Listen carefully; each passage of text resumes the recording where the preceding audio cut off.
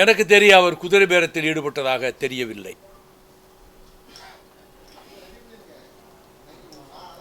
என்னுடைய கருத்து, அவர் குதிரை பேரத்தில் ஈடுபடவில்லை என்பது என்னுடைய கருத்து.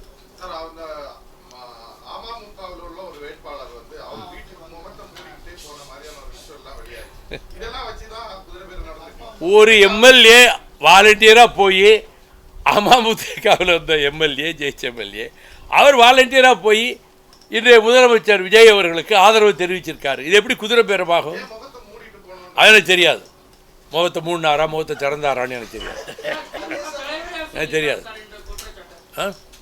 தற்போது இந்த ஆட்சி அமைப்பதற்காக குதிரை பேரம் நடப்பதாக பலரும் சொல்லி வரக்கூடிய நிலையில் இங்கே குதிரை பேரம் நடக்கவில்லை, யானை பேரம் நடக்கிறது என்பதை நாங்கள் புரிந்து கொண்டோம். இது அவர்கள் சொன்ன தூய அரசியலுக்கு எதிரானதாகவே இருக்கிறது. இந்த யானை பேரத்தை கண்டித்து இன்றைய தினம் இந்த நம்பிக்கை வாக்கெடுப்பிலே பங்கேற்காமல் மனிதநேய ஜனநாயக கட்சியின் சார்பில் நாங்கள் வெளிநடப்பு செய்திருக்கின்றோம். இதுவரை தமிழக அரசியல் வரலாற்றிலேயே இல்லாத வகையில் முதல் பெரும்பான்மையை நிரூபிக்கும் இந்த நாளிலேயே குதிரை பேரத்தை பற்றி எதிர்க்கட்சி தலைவர் உதயநிதி ஸ்டாலின் அவர்களும் மற்றவர்களும் அதை சொல்லும் பொழுது அந்த குதிரை பேரம் தமிழ்நாட்டுக்கு ஒரு தலைகுனிவு என்பதை நான் பதிய வச்சிருக்கிறேன். ஏன்னா வரலாற்று சிறப்புமிக்க இந்த அவையில் இன்னைக்கு குதிரை பேரத்தை பேச வேண்டிய ஒரு நிலை ஏற்பட்டது. ஒட்டுமொத்த தமிழ்நாட்டுக்கும் தலைகுனிவு.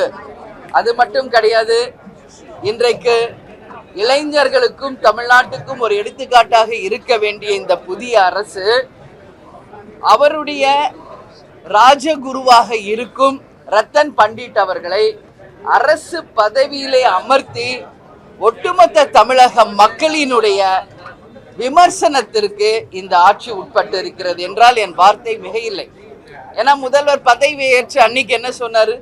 நான் ஒன்றும் அரச குடும்பத்திலிருந்து வந்தவன் அல்ல, வெளிப்படையான ஆட்சி நடத்துவோம் என்று சொன்னார். ஆனால் இன்னைக்கு அரசு குடும்பத்துல தான் ராஜகுருவை பக்கத்துல வச்சுக்குவாங்க.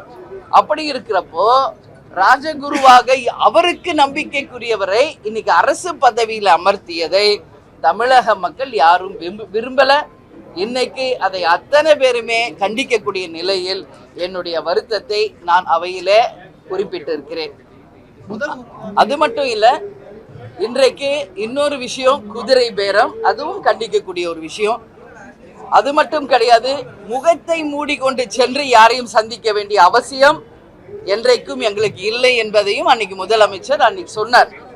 ஆனால் இன்றைக்கு அவரது இல்லத்துக்கு முகத்தை மூடிக்கொண்டு சென்ற நபர் யார் என்பதை அவர் விளக்க வேண்டும் என்பதையும் நான் இன்னைக்கு அவையில சொல்லியிருக்கிறேன். ஒட்டுமொத்த தொலைக்காட்சியிலும் அன்னைக்கு முகத்தை மூடிட்டு அவங்க வீட்டுக்கு போனவங்கள நீங்க காமிச்சீங்க. ஆனா இன்னைக்கு வரைக்கும் அது யார் என்பது வெளிப்படையாக சொல்லவில்லை. அதை வெளிப்படையாக மக்களுக்கு முதல்வர் சொல்ல வேண்டும் என்ற என் கருத்தையும் இன்னைக்கு பதிய வச்சிருக்கேன். ஜனநாயக ரீதியில மக்களுக்கான ஒரு நல்லாட்சியா இது இருக்கணும் என்பதையும் என்னுடைய விருப்பமாக நான் சொல்லியிருக்கேன். நல்லது செய்தால் தேமுதிக வரவேற்கும்.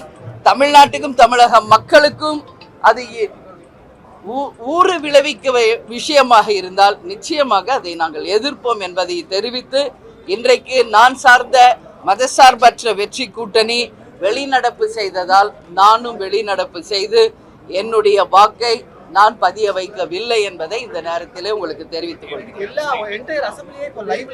ரொம்ப நாள் டிமாண்ட் நீங்களும் நேரலை பண்ணணும், லைவ்ல வந்திருக்கிறது.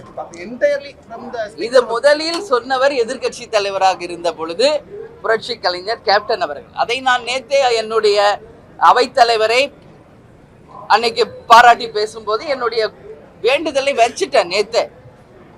ஏன்னா இன்னைக்கு சட்டமன்றம் இங்க நடக்கிறது யாருடைய காசு? மக்களுடைய வரி பணத்தில் நடப்பதுதான் சட்டமன்றம்.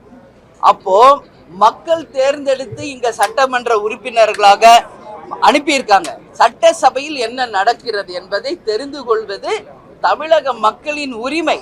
அதனாலதான் நான் சொன்னேன், ஒட்டுமொத்த அவை நிகழ்வுகள் நேரலையாக தமிழகம் முழுவதும் அனைத்து தொலைக்காட்சிகளிலும் ஒளியிடப்பட வேண்டும் என்பதை நான் நேத்தே வலியுறுத்தி சொல்லியிருக்கேன். அந்த நேரலையில எல்லா சேனலும் அதை ஒளிபரப்பணும்.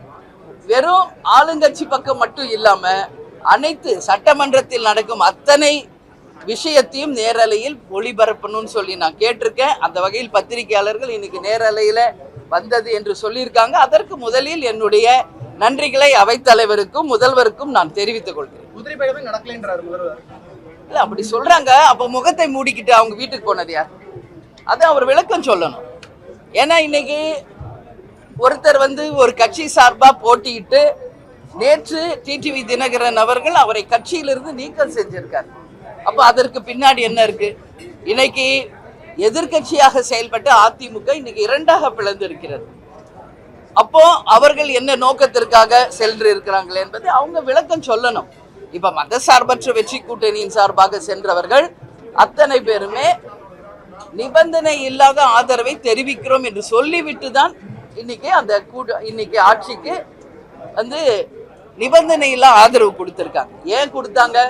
கவர்னர் ஆட்சி வந்துவிடக் கூடாது, தமிழ்நாட்டுல மீண்டும் ஒரு தேர்தலை தமிழ்நாடு சந்திக்க கூடாது. இந்த 2 விஷயத்துக்கு தான் மதசார்பற்ற வெற்றி கூட்டணியை சேர்ந்த அனைவரும் இன்னைக்கு இந்த ஆட்சிக்கு நிபந்தனையற்ற ஆதரவு கொடுத்திருக்காங்க. அந்த வகையில் அதிமுகவை சேர்ந்த இன்னொரு பிரிவும் நிபந்தனையற்ற ஆதரவு என்று சொல்லும் பொழுது குதிரை பேரத்திற்கு நிச்சயமாக இடம் இருக்காது. அதை அவர்கள் தான் விளக்க வேண்டும்.